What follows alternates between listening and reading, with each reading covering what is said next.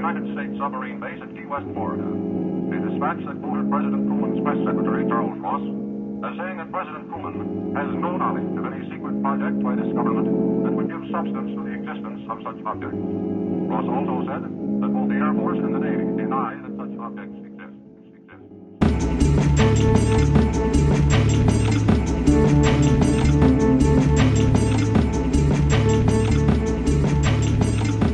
Fantastic. Cora is incapable of silence. Not only did it take her 45 turns to lay down, but now that she has laid down, she's not laying down. In fact, she's perfectly stiff with her head kind of in the air. She's like just hovering. struggling to breathe. Dude, you don't even know. If you thought watching her do 47 turns to lay down was insane, you don't even want it. Walking her. I've had to walk her. She's insane. Oh yeah, you have. You've let my dogs out She before. will only poop in one spot, and it's a block away. Yeah, and she has to do like 200 turns, and if the wind like just blows at the wrong direction by a degree, it starts the whole process over. If a butterfly flaps its wings in China. And the thing is while that's happening, you can't pull her leash. Starts the process over. It has to be like dangling above her. It can't hit her.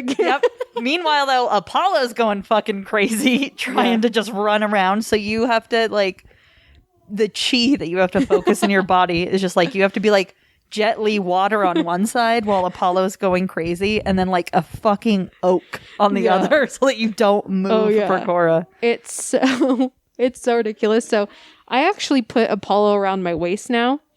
And so he has less room to pull, and I've got a better center of gravity, and it works amazing. And I just tell him to sit, and he'll just sit and wait for Cora to do her thing. But it's just like, what do the people who live next to me think? Also, hey, what's up? My name's Noelle.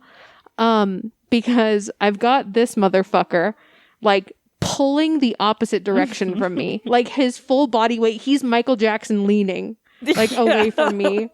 And then I've got my hand, like a delicate ballerina wrist, to the sky, holding Cora's leash so it doesn't accidentally graze the tip of her ear while she's doing her 47 laps. For those who don't know, Apollo is a beautiful husky, and Cora is an abomination. Like fucking pug mix thing. She's a pug French bulldog. Yeah, she's cute. Don't get me wrong. Also, hi, I'm Chelsea. The one time that I've seen you walk Apollo before, but you never appreciate the power of a dog until they're in your hands. So when I came over to walk him, I had Apollo like stretch leash all the way out in front of me. I'm in the middle, and then Cora stretch leash all the way behind me. Apollo just goes. I was wearing my respectable clogs, so I fall all the way down the stairs, and Cora just gets slingshotted down the stairs behind me, and she's just like the whole way down. I collapse into the mailboxes, and I'm just like, God damn it, Apollo! And Cora's happy. She thinks it's a game. He's just shitting liquid like he normally does, just all over the sidewalk, and I'm like, oh well, don't have the capacity to clean that up because I don't have a hose. And that was just Apollo. That was the thing about Apollo is he's a fucking cunt. Because, like, you have to tell him. He'll stop at every stair. He will. You just have to tell him to. Yeah. You just have to say, even if you just say his name, you go, Apollo. Yeah, he took advantage of me. Yeah, he did. And he will. If you don't tell him no, he will push you to your limits. And then, while we're shitting on your dogs, Cora attacked Puffin, my precious, precious Puffin. So weird. Cora has no beef with anybody, but she got attacked by a pit bull. It broke through its fence and got us. Meanwhile, Apollo's just, who fucking cares? Could care less about either of us dying. He was just observing the whole thing. Managing the situation, supervising. So fucking stupid piece of shit. Meanwhile, Cora's like in this dog's mouth, just getting like a crocodile death spin, whipping around, and I'm just beating the shit out of it. You're just giving it like a 1-2, like shadow throwing boxing haymakers.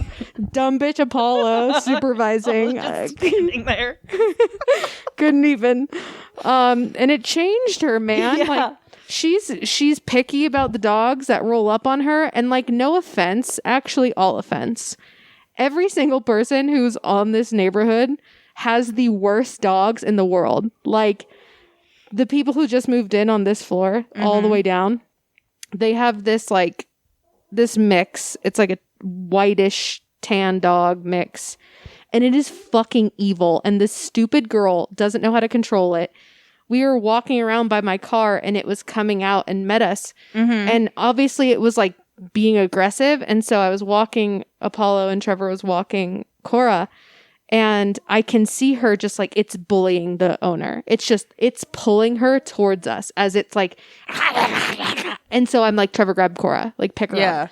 And then I've got Apollo fully wrapped. There's no more lead. And we're up against the fence. And the dog is still coming at us. And she's like, sorry. And I was like, control your dog. Yeah. Dude, it's like, Puffin's a little guy. He's little. He was super aggressive when I got him. And then we had to go to dog school for a year to like not do that. Yeah. It's like, take fucking responsibility. Yeah. To handle your dog. Yeah. And it's so ridiculous because, like, Apollo is so non-aggressive and he was getting, like, nipped at as I'm literally, like, there's nowhere else for me to throw him. We've been pushed up against the fence now. Like, I have nothing. There's nothing else I can do. It's, like, all of these shitty. And, of course, like, we got attacked by that dog. There was another time when we were walking and a dog had escaped its yard and came charging after us. And it like had full hair up. It was like some sort of collie mix without a tail. Yeah. And it like got and I had Trevor pick up Cora again, and it was snarling in front of us. And I just like, the wrath of Khan, man. I just looked at that dog and I was like, fuck off, like so loud, and it ran away. Yeah, it did fuck off. That's why I carry like mace, like when I take Puffin on walks, because I will blast your dog. I'll blast you for the inconvenience. Like, it drives me nuts when dogs bully Puffin. Because you saw Puffin. He's like, no, leave me alone. I'm a pacifist these days. Yeah. And it makes me so fucking crazy. I'm like, I will punch your dog. And then I'll punch you. And then I will go to your kids' school. I will check them out. And then I will punch them on the playground while everyone's watching. It's true. And they'll live with that humiliation for the rest of their life. It's so true, man. All I wanted to do is fist fight that girl. But yeah, anyway, that's dog corner. Yeah.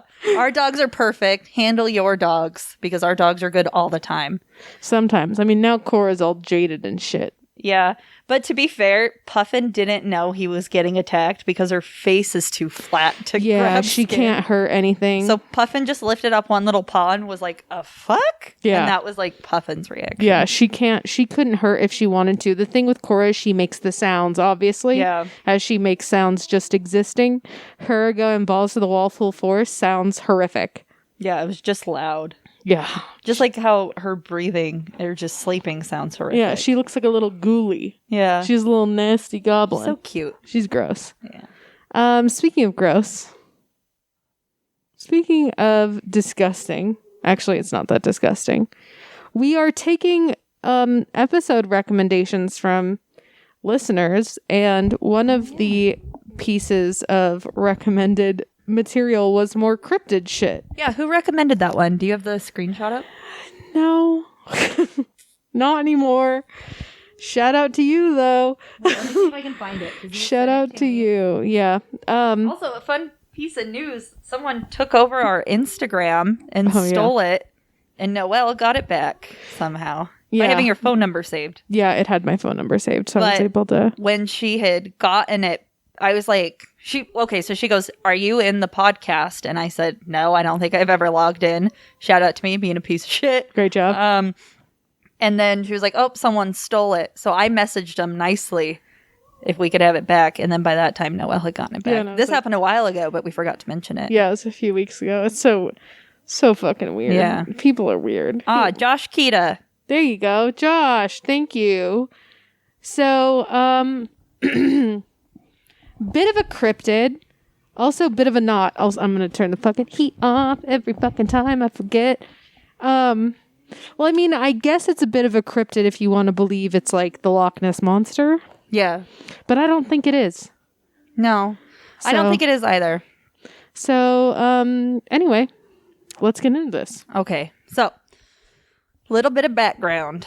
During World War I and II, widespread modern weaponry, such as biological agents and machine guns, became the standard use between the Axis and Allied forces. The German Empire attempted to gain the upper hand over Allies by raining a relentless assault on them through submarine attacks. And one of these submarine models, the SMU-28, was one of the most successful destroyers. Despite only 4 ever being built, this like tiny little fleet of 4 managed to sink 40 ships, damage 2, and capture another 2 as military prizes. Which is pretty wild. Yeah, like I feel like if your Navy, like 4 versus 40, that's like, so like what, each one racks up 10, let's just say. Also, I just need everyone to know, my coworker just tried to FaceTime me during this, the beginning of this podcast, and I denied it. And he just texted me, just thinking about your Great Depression thought. So for anyone wondering real quick, for whatever reason, a company that will not be named wants to reference the comeback of its vertical or its like area where it's in, like the travel industry. It wants to represent this time that's going to come once everyone is vaccinated. Nice, Apollo. Just farting of a storm. And all that shit. They're like, this is our version. He woke himself up from farting. Sniffing his own butt, wondering what happened. Gross. Apollo, don't be nasty. They're like, this is our roaring 20s. They're like, once the vaccine is like even distributed and like we're going to have our version of the roaring 20s. People are going to be out spending money, partying, blah, blah, blah. And you're like, okay, but do you guys forget what the roaring 20s specifically brought into reality? Like, because of the way the economy went off in the roaring 20s and the way that like credit was created and all this other shit, like it single-handedly was the lighting match to the Great Depression. Yeah. So like the roaring 20s historically should be a warning, not a guide. And so we were having this was being brought up. And your work is like, no. People wore flapper dresses and they partied and they'd all talk like this. And everyone drank champagne. I don't know where that one Australian. I can't do it. I think it's called like a transatlantic continental or something. I was like, you got the screaming me. Now I can't. Yeah, you fucked me up. I did it great. How about you come over here, see? Yeah. Why don't you come over and see me sometime? Yeah, like that. Yeah, that. Got it. And like my eyes accidentally rolled while this was happening, and my coworker screenshotted my face and sent it to me and was like, "Well, what you think about?" And I said, God. The Great Depression. And so he wanted me to elaborate. Yeah. You're like, Google it. Yeah, I mean, we'd love to see it. Anyway, everyone go Google why the roaring 20s were bad. Yeah. Speaking of bad, it's never a good sign when Germany has war technology that's really good. Yeah, right. Speaking of something that very like kicked off the 20s, we're talking about 1918. Love that. Well, let's model all of our time off of this, right? So yeah, the MVPs of the German fleet so far are these U-boats.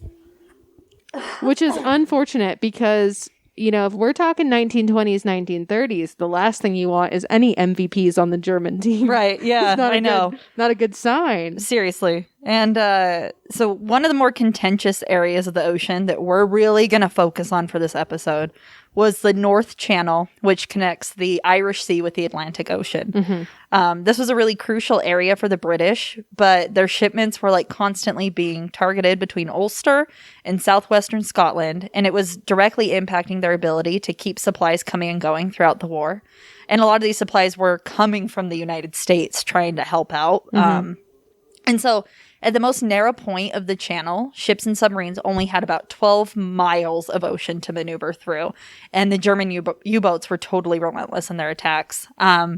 So in the month of April 1918 alone, German U-boats had sunk nearly 280,000 tons of Allied goods on these boats at that time. Not great. Right, yeah, and this was stuff that was helping Europe and all of the Allied forces fucking survive. It was trying to get shit in and out of Britain. So it was absolutely devastating. And that, like, literally 12 miles is nothing. We're talking World War I right now. Yeah. And so in only 12 miles, like, that's really hard for you to try to navigate through. And that's the only way that they could go. So pretty much it was like a death squad. Like, every guy who got on a boat at that time was just flipping a coin on whether or not they were going to die. Yeah, dude. World War I was, like, kind of not great. And to think that, like, all these supply chains were being taken down, like, man, this was, like, trench warfare. This was, like, chemical agents. This was, like, if a blanket didn't make it to you, it was, like, death is near. Yeah, and then just, like, people being, like, caught up in no man's land that was, like, literally just, like, fields of corpses. Yeah. Hate to see it. War's not good, but especially when it's, like, the first war that's, like, naval, land, chemical, aerial. Like, this was the first war where we were like, let's put the bayonets down. Yep. And I'm going to throw some shit at you. Yeah, and we're going to watch you drown. Yeah. And we're going to revel in it. Yeah. So on July 1st, 1915, the British cargo ship, the SS Iberian, was torpedoed by a German submarine, one of these U-28 U-boats, about 9 miles southwest off the coast of Ireland. Her route was supposed to be from Manchester to Boston, but she obviously didn't make it. And the captain of this particular U-boat was named Commander Frere George G. von Forstner. Nice. Who described what happened after he torpedoed the British vessel. And this is directly from his logbook. He said, on July 1915, our U-28 torpedoed the British steamer Iberian, which was carrying a rich cargo across the North Atlantic. The steamer sank so swiftly that its bow stuck up almost vertically in the air. Moments later, the whole of the Iberian disappeared. The wreckage remained beneath the water for approximately 25 seconds, and at that depth it was clearly impossible to assess when suddenly there was a violent explosion, which shot pieces of debris, among them a gigantic aquatic animal, out of the water to a height of approximately 80 feet. Could you imagine? Fuck no, I would shit my pants. Right? You're just like watching like a little mini version of the Titanic go down. And all of a sudden when that shit just goes like full nose diving in, an explosion happens and a fucking monster comes flying 80 out. feet into the air. Yeah. I'm not ready for that. No.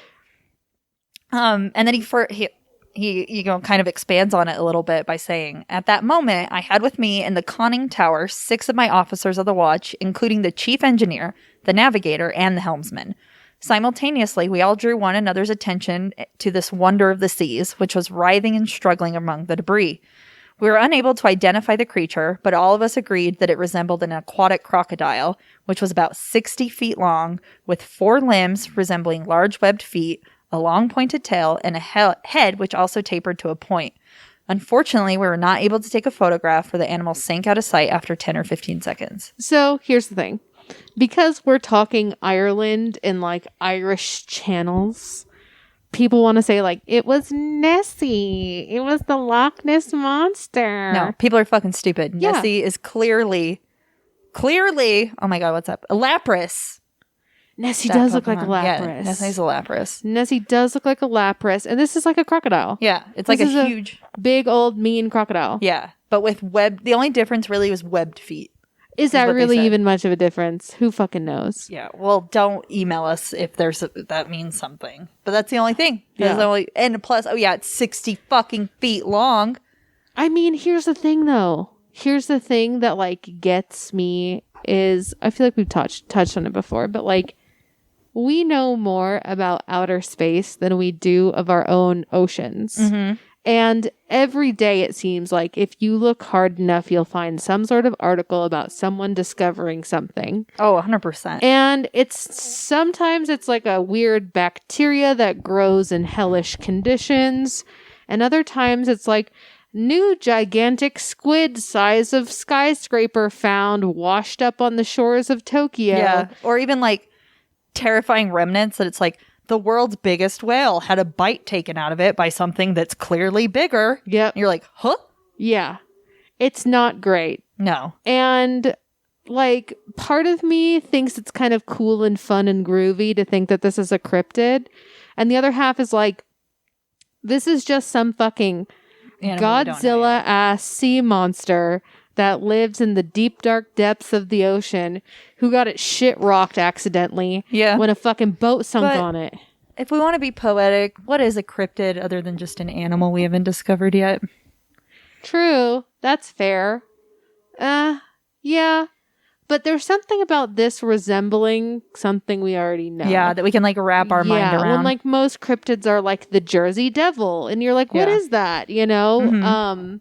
Or like a chupacabra, like, and it's this weird like demon dog hyena monster. Or even something like Bigfoot. You're like, but we don't have gorillas in like the United States. Like it's this I can see. It's like hard. It's easier to like not suspend your belief because you're like, oh, a crocodile in water. Whoa, tell me something I haven't heard. Yeah, like haven't you seen? There was a video that like got a little popular over the last week showing like a crocodile. Like big ass motherfucker, scary ass dinosaur motherfucker. And there was like a speedboat and it looked like he was in some fucking bog ass swamp, probably in Florida because that's where hell is. Yeah. And it's this fucking little swamp boat is just zooming. And then this dinosaur motherfucker, huge as shit, just like swan dives in and almost looks like it has its own little like engine on the back of it. It just starts cruising and then goes right under the water, just disappears, takes off like sonic I would speed. take a flare gun out and just put it in my mouth. Yeah. And just end it. Yeah. Before a crocodile the size of Satan's dick could get me. It's just like, what do you even do? That's all you can do. Truly. You just scream what's left of your existence into the void and wait for hell to take you. Yeah, it's true. And something important is like a lot of times when these like military sightings and things happen, it's always like, oh yeah, we're a bunch of drunk soldiers or like a bunch of drunk ensigns or like foot guys. The people who saw this was like foot guys, literally. I just picture dudes who are like, let me see them toes. Let me see them toes. Let me suck on them toes. Yeah, just and perverts. Just kidding, not king shaming. I am. Oh, fuck her. Your feet are nasty. They're nasty. So, but it's like the literal, the officers of the ship is the chief engineer, the navigator, the fucking captain. And also there's a difference, right? There's a difference between like people on a ship who only drink like rum and are dying of scurvy because they haven't had like a fucking orange in like 200 days. And they're like just a day away from like being a pirate and they're like the mermaids and it's just them jerking off to like a fucking god damn it, Apollo. What's that? What are those called? It's like a sea lion just jerking off to a sea lion. Manatee? A manatee, yeah. Even better. Well, and plus, you know, the Germans aren't that much fun, especially in World War I. No. They're not doing anything fun. No. When it wasn't, like, they're the type who's like, I have downtime, so I'm going to clean my room. Like, they're those types. Yeah. But really, the captain had no reason to make up such an elaborate story because he fucking had no reason to. Also, like, he could have gotten a lot of trouble for it. So submarine captains are held to really strict standards when it comes to documentation in these official logs. And making up a story like that could have gotten him into heaps of trouble. And he also could have looked crazy enough that he would have been ridiculed out of his position on the U-boat, gotten a court-martial, and kicked out of the military. Yeah. And then another thing is that his crew saw it as well, and they all described it the same way. And they all agreed that if they had to pick which animal it resembled most, it would be a crocodile. Webbed feet, long pointed tail. And so in this account, we have enough people who saw this thing, and there's no real reason for them to lie, because if they would have lied about something like that, they would have gotten in trouble. And That's it. Or is it? Because you're probably like, something like this can't fucking happen twice. No. What if it does fucking happen twice? You think does. we're going to come at you with a fucking cryptid story without having multiple sources? There has to be multiple sightings. Get the fuck out of here. What if I told you that it happened 3 fucking years later? Because it did, bitch. Do you think it was the same dude? The same little crocodile? And he's just like, God damn it. This one's dead. I think that first one, once you get blasted 80 feet out of the water and then you just like go into your death throes on the surface until you slowly sink, you're probably done. I'd like to think he survived though.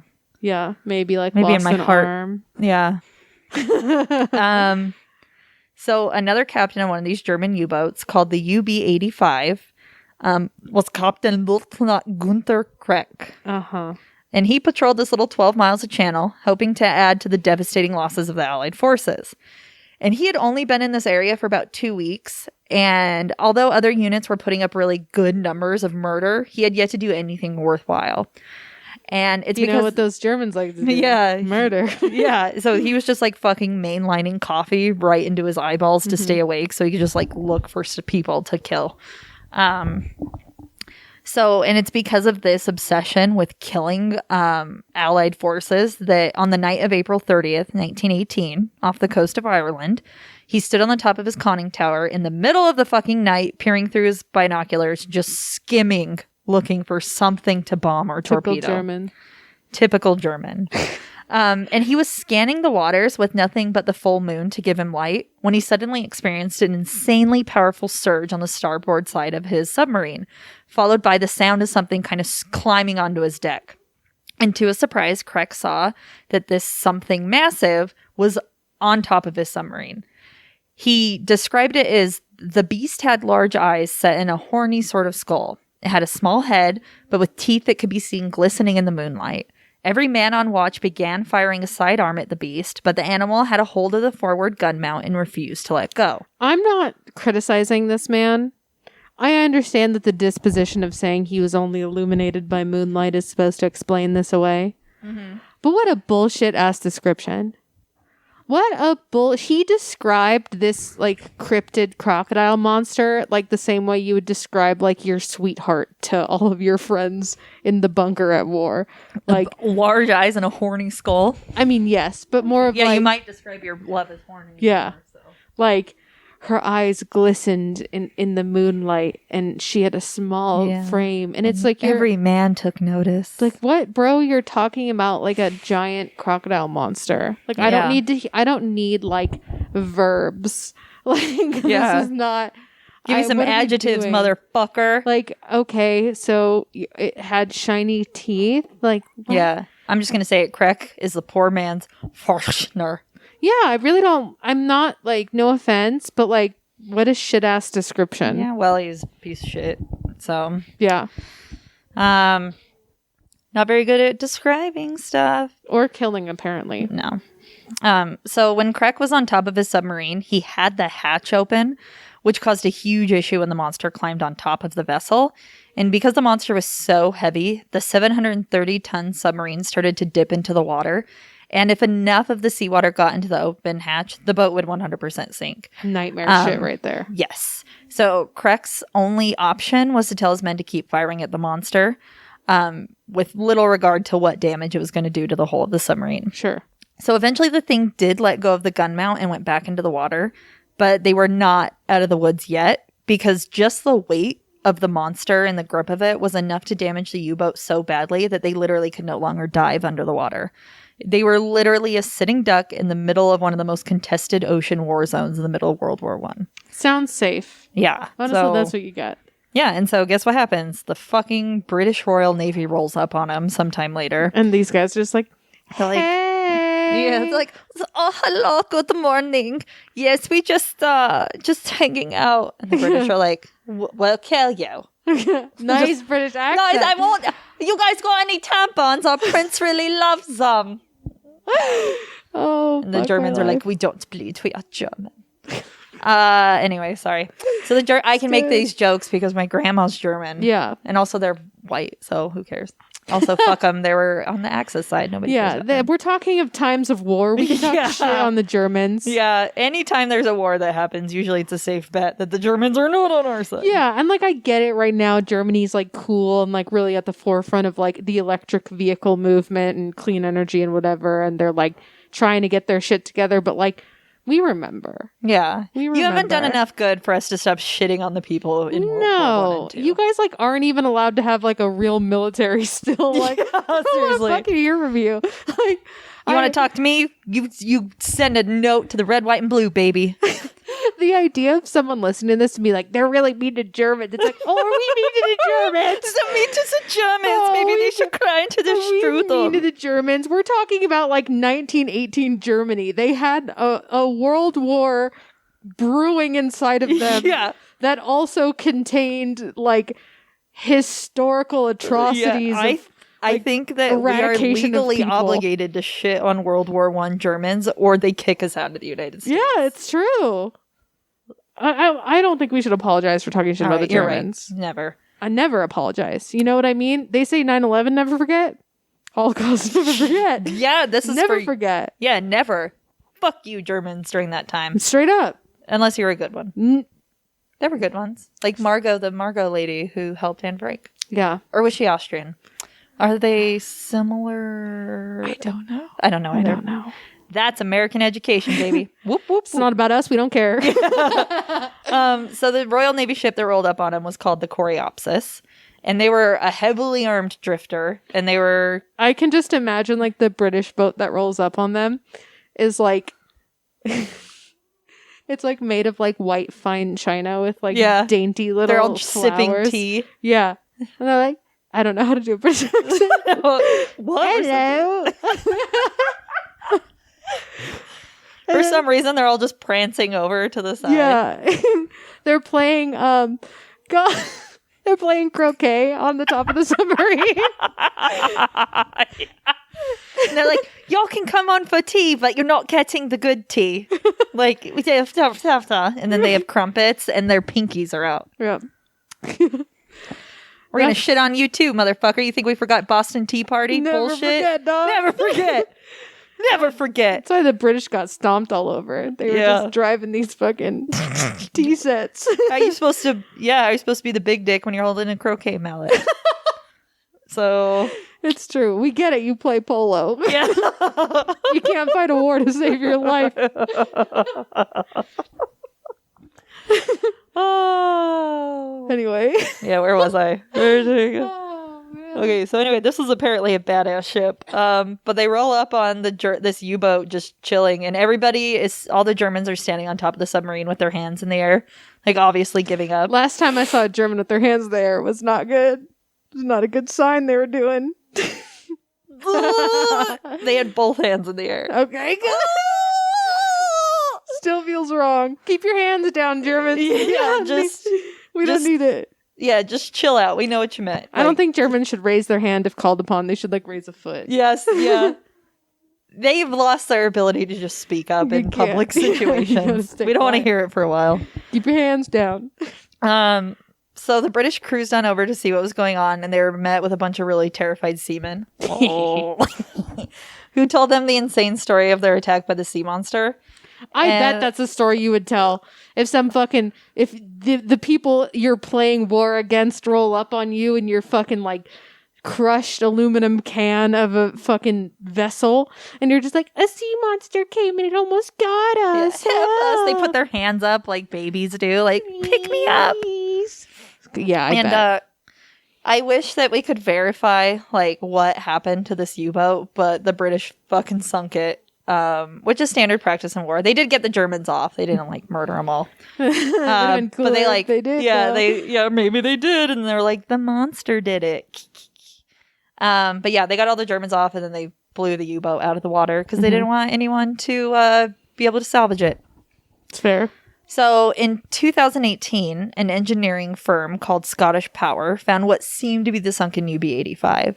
And they did a sonar imaging of the sub, and they weren't really able to see if there was the front hull damage, which could have sunk the vessel. But believe it or not, there is an official sightings record for the Loch Ness Monster. And the guy who runs it is named Gary Campbell. And he is somewhat of an expert on sea monsters and claims that... I'm an expert on sea monsters. You could just say it and you are. Well, hit me up, Gary. And you sound dope. And he claims that something in a similar tier tied to Nessie very well could have taken out the submarine. But unfortunately, we can't get into the official record of what happened with the Navy during World War I because all those records were conveniently sealed. And if you look into British intelligence, which could have also disclosed information about this time, you can't find anything there either because they are not allowed to talk about any experiences that happen out at sea. Sounds about right. So some speculate that German records claim Kretsch could have made this entire story up to save face, and that he actually tried to submerge without correctly closing the hatch on the submarine, which led to water getting in and ruined the piece of equipment. So instead of telling the British that he fucked up, he thought it would be better to get all of his men in on this lie. And yeah, this theory can work if you think that Crack was like a bumbling idiot, but he fucking wasn't. He was a highly decorated war hero. He received the Iron Cross First Class, Iron Cross Second Class, the U-Boat War Badge of 1939, and the Knight's Cross. He served 10 patrols as commander, which lasted 437 days, and during this time he sank or destroyed 19 ships. He was part of the sinking of the U-558, where his submarine was sunk by a U.S. aircraft, and he and only 3 other men from his gun crew survived, and he was taken into Allied captivity. He is listed as one of the best U-boat commanders of all time during World War II, and isn't some, like, you know how you hear about people who bumble their way through the military, sure, and you're like, what a fucking idiot. Yeah. I don't see a guy of this caliber making such a shitty mistake. Accidentally leaving a door open. I mean, shit happens. Yeah, but this just seems like a high tier of fuck up from the captain. Sure. If one of his regular foot soldiers did it, then blame it on them, or blame it on a soldier, or be like, I guess that's fair. It would have probably been easier to have been like, it was Jerry, and everyone's like, I fucking knew it. It's like a very weird thing. And there's a lot of possible explanations, and people are always going to want to go to Nessie when you talk about anything near Ireland. But I don't think. But there's some other schools of thought, and it doesn't necessarily discredit Nessie. But it basically says that whatever was lying dormant in the North Channel woke up these monsters who were then really attracted to the sonar of the submarines. And it's just unfortunate that when they got too close, they were attacked by the goddamn Germans. I mean, that makes sense. Like, that makes sense to me genuinely.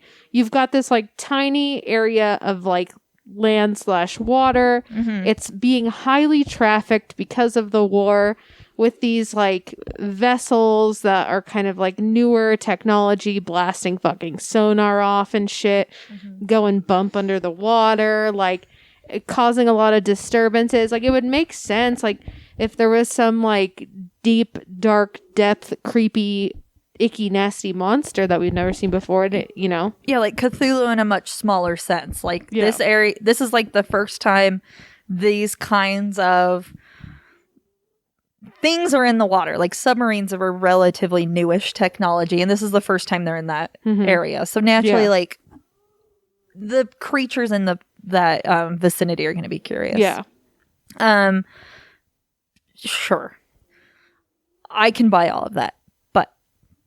But there is another school of thought that these animals may have been there because they were being used by the military. And some even believe that the U-28 monster, the one that was, like, blown up out of the water, wasn't in the water when it blew up, but was actually in the fucking boat being transported by the British. And this isn't even that outlandish when you take a look at some of the documents from the good old CI motherfucking A. Yeah. Before we get into those, I want to also say, like, there's a Smithsonian article called, like, the CIA's top agents weren't even human or something like that. Yeah. And it's talking about, like, someone really high up in the CIA said, we've never found an animal we could not train. And the person conducting the interview with the Smithsonian was like, never? And he's like, never. And he starts, like, naming off, like, alligators, moles, crustaceans, and he's like, yeah, like, there's never an animal we can't train. He was like, I'll give you an example. Like, we were working with this teacher in this classroom, and I went into the bathroom and I saw a spider, and we were practicing like whatever they were training before. They were using lasers to start. It's all like Pavlovian, right? Mm-hmm. And he's like, so I had a laser in my pocket. I know that spiders don't like the wind because it blows their webs down. So what did I do? I would shine the laser and then I would blow on the spider. Shine the laser, blow on the spider. Shine the laser, blow on the spider. Pretty soon, before he even, like 30 minutes had gone by, he could just shine the laser and the spider would hunker down as if it was preparing for the wind to blow on it. And he was like, that's it. That's training an animal. He went back in the classroom and was like, you have a trained spider in your bathroom now. And like, that was just the CIA's thing. Yeah. They were obsessed with getting animal operatives because it was a moral gray area for them. And then they were like, we're the CIA. We don't have any morals. They're like, actually, oh my God, actually, they laughed in the sky, and then they used like a fucking endangered bald eagle to light their cigarette, and then it's so fucking true though. Also, I want to just point out that the first animal that guy said that they could train were alligators. Yeah, it's true. Sounds real similar, doesn't it? It's fucking true. Like, it is what it is. The Animal Behavior Enterprises, the ABE, has been working with the CIA since ever. So it sounds like really Dr. Evil, but it's reality. And I think we have to like remember that we live in fucking crazy land where crazy shit happens. 100%. And like this next one, 100% Dr. Evil stuff, because the CIA has so many documents talking about which animals they would use during the war. And one of them, for example, was Project Oxygas, which is where the CIA tried to create murder dolphins. Yeah, with like frickin' lasers attached to their heads. Frickin' lasers. That's my Dr. Evil voice. Do you like it? And it was other aquatic animals. And then this is like I took this from the CIA document that I found. So the Office of Research and Development requests $80,000 be transferred to the Office of Naval Research on Project Oxygas. Dr. Sidney Galler is the cognizant naval officer on this project. The use of redacted for the initial contract with redacted has proven to be a very effective system. There are no recommended changes in previous security and sterility code arrangements. Redacted will continue as a projected office in this contract and will monitor ICE execution. I love when documents just say redacted because it's like they're basically telling you without telling you. Yeah. They're like, you can't read it, but you're like, bro. Yeah, and the one that like really fucked me up on this was not only sterility code arrangements, so they're making things sterile, but then they're also talking about monitoring ICE execution. So they're getting something from the ICE, right? And then that's something they don't want it to breed. Yeah. So what are they? They're Jurassic Parking, releasing shit out into the wild. Yeah. This is not a slippery slope at all. Life finds a way. There was also a document talking about Project Chirology. And I was like, what the fuck is chirology? It is the study of reading palms. Reading palms? Yeah, like palm reading. Like I can look at your hand and tell you how much money you're going to make. Yeah. It is all... And so this Project Palm Reading... was talking about their funding of a program so long as they had support of the Navy's boat and crew. In this document, called The Briefing of Admiral Taylor, Dr. Stephen L. Aldrich, who was the deputy director of the CIA's Research and Development, wrote a meeting that he had with a naval officer, specifically stating in his brief that this admiral of the ship was asking unusually intelligent questions about the animal programs with which he was not completely unfamiliar. And the document goes on to state that he was particularly interested in the redacted of the dolphin, and he was interested in redacted and also the bird program. Sounds about right. I gave him a brief rundown on our situation with respect to redacted. In the end, the research and development guy gave the admiral a book called King Solomon's Ring. And so what is this book about, you ask? I looked it up. It is about the ability to speak to animals. Good. And even the quote, this is a fucking quote, the hazards that an animal can pose and the ways in which a pet's captivity can make it miserable, offering some ways to avoid these eventualities. The fucking end. So where do you fall? That the CIA had a giant Godzilla? Yes. Okay. You don't think that it was a Godzilla in the water and then sonar hit its head and it was like, hey. Yeah, so okay. Nessie, real. Don't even have to debate that. Okay, well.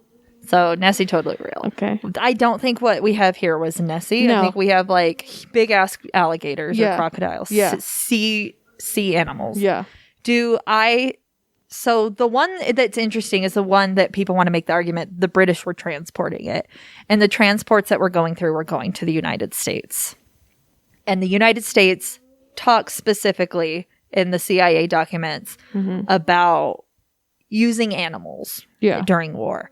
And then in this one specific document, the deputy director of the fucking CIA's research and development is talking to an admiral and specifically notes that he gives him a book called King Solomon's Ring. Why this would be in a CIA document, like, is some completely innocuous reason. Like, why would you mention that? You know what I mean? Like, you have this entire document talking about redacted, the bird program, the animal program, the ice expeditions. And then all of a sudden you say, oh, and by the way, I gave him a book called King Solomon's Ring. That was like the end of the document, right? Yeah. So what I'm thinking is there were animals and there was a level of control that the CIA was trying to get their hands on. And the animals that they mention are dolphins and birds, but the animals that are redacted were sterilized and extracted, like had ice extraction involved. That's like a lot of fucking gray area to deal with. Like, that's too much gray area. Yeah. So I think that I'm gonna go all the way down the slippery slope. They had dinosaurs that they got out of Antarctica. Oh my God. It's always Antarctica. Jesus Christ. And then they used King Solomon's Ring to not only speak to them, but figure out how they can make them captive in the way that would maximize most carnage and damage. It's tough for me. I clearly gave you the evidence. It's tough for me because if I want to play your game and say, sure, you know what?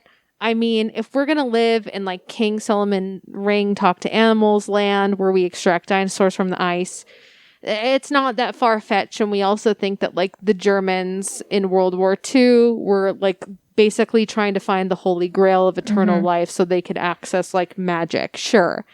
Crazy is reality. But if I'm to believe, for me, I don't have to think that they extracted it from the ice or something. It could just have been like deep in the water and got a fucking bomb dropped on its head and it was like, hey. Sure. So, I mean, I'm willing to believe that it's real.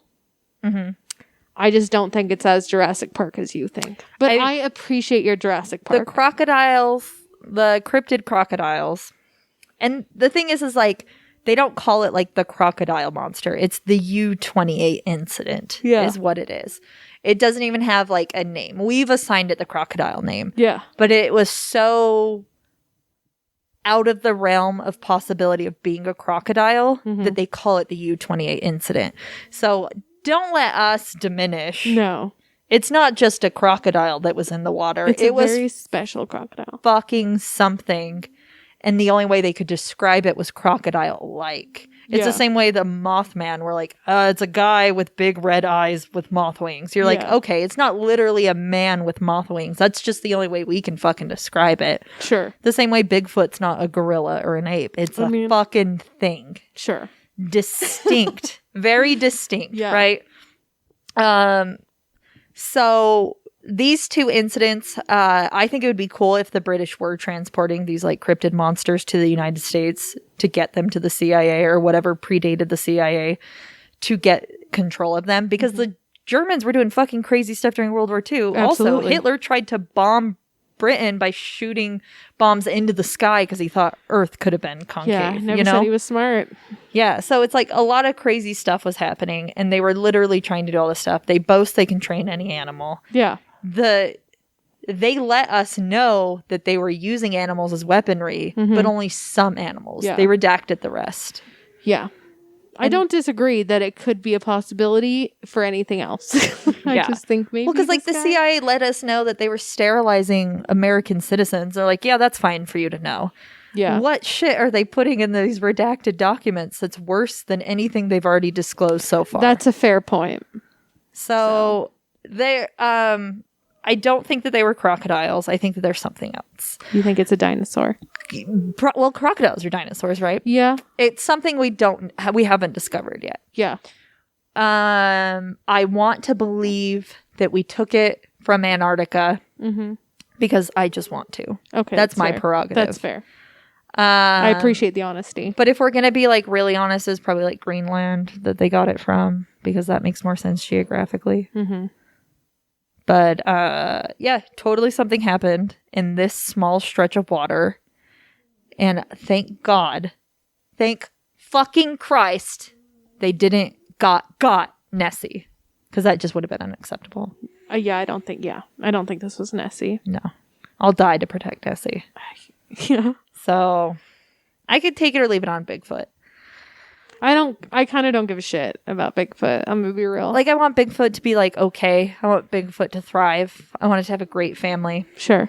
But like Nessie, too cute to allow anything bad to happen. Nessie has never really done anything but exist. It's like the Lapras of Ireland. It is. Just kind of like really chill, not bugging anyone. Yeah.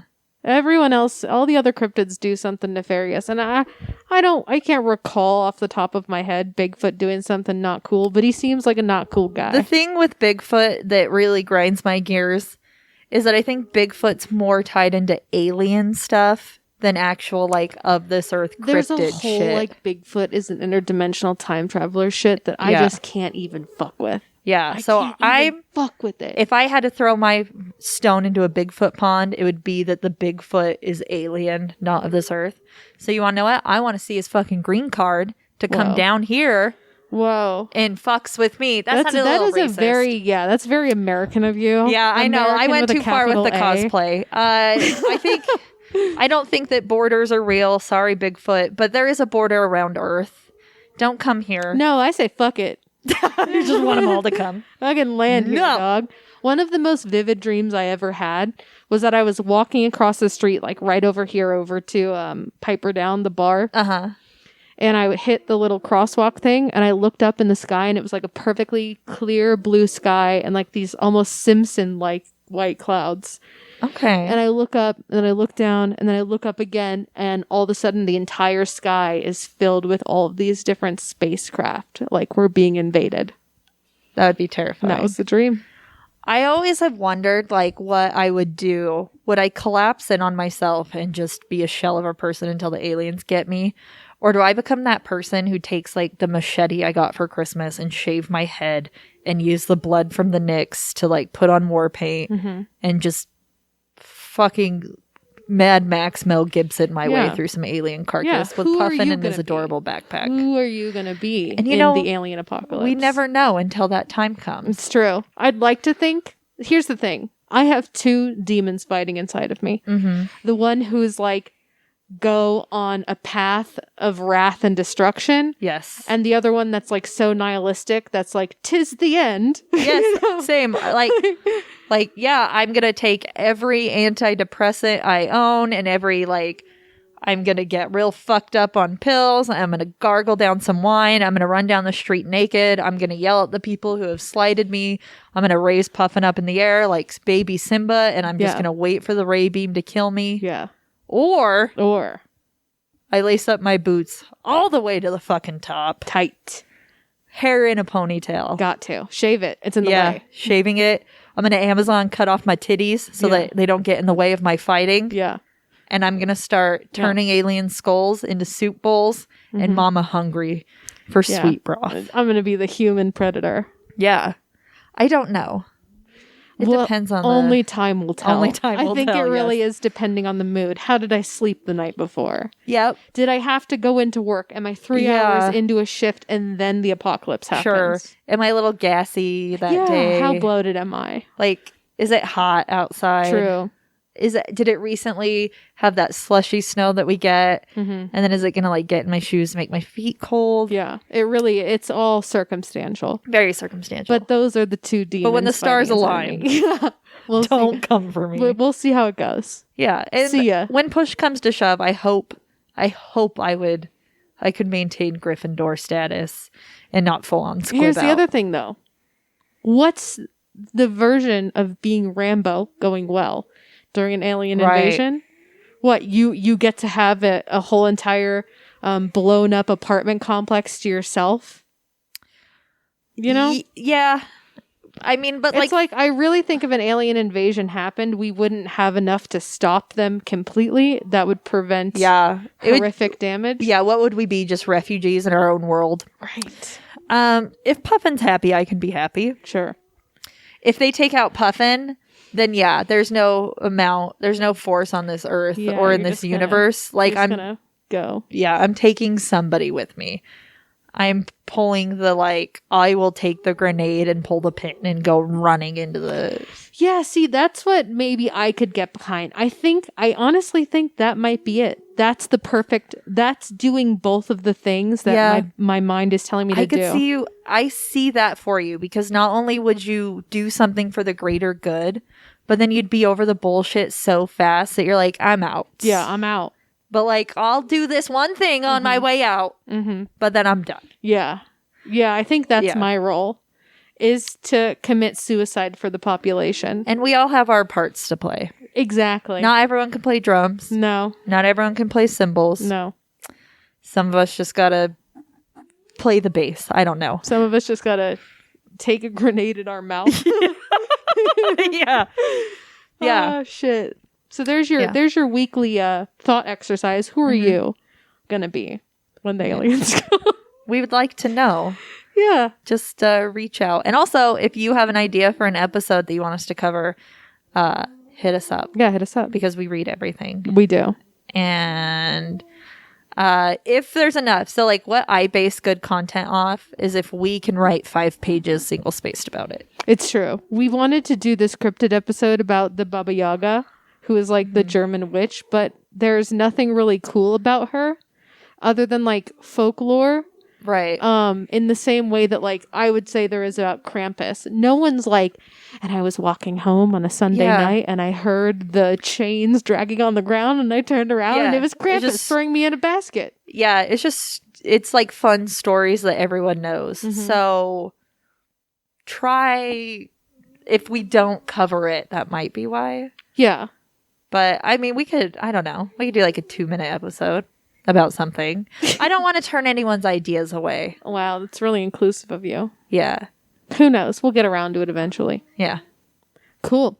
Well, I want to say Hail Satan here, and I also want to say I had the pleasure of watching a Church of Satan documentary, unseen footage.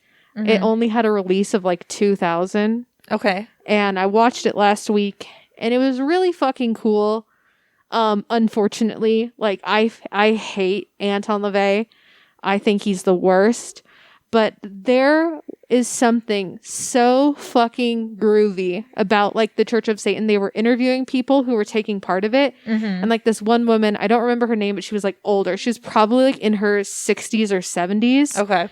And she was smoking with one of those 1920s cigarette holders. I want one of those so bad. She had a white tiny micro bob. She literally looked like a flapper who had aged. It was you in 50 years. Yeah, probably. Yeah. And she's sitting there and she's talking about how she never had kids and she didn't want them because she wouldn't want to raise them in this world. And she's got her dogs and she's just the most radical fucking bad bitch, and she's hinting at fucking all these young 30-year-olds that are in the Church of Satan.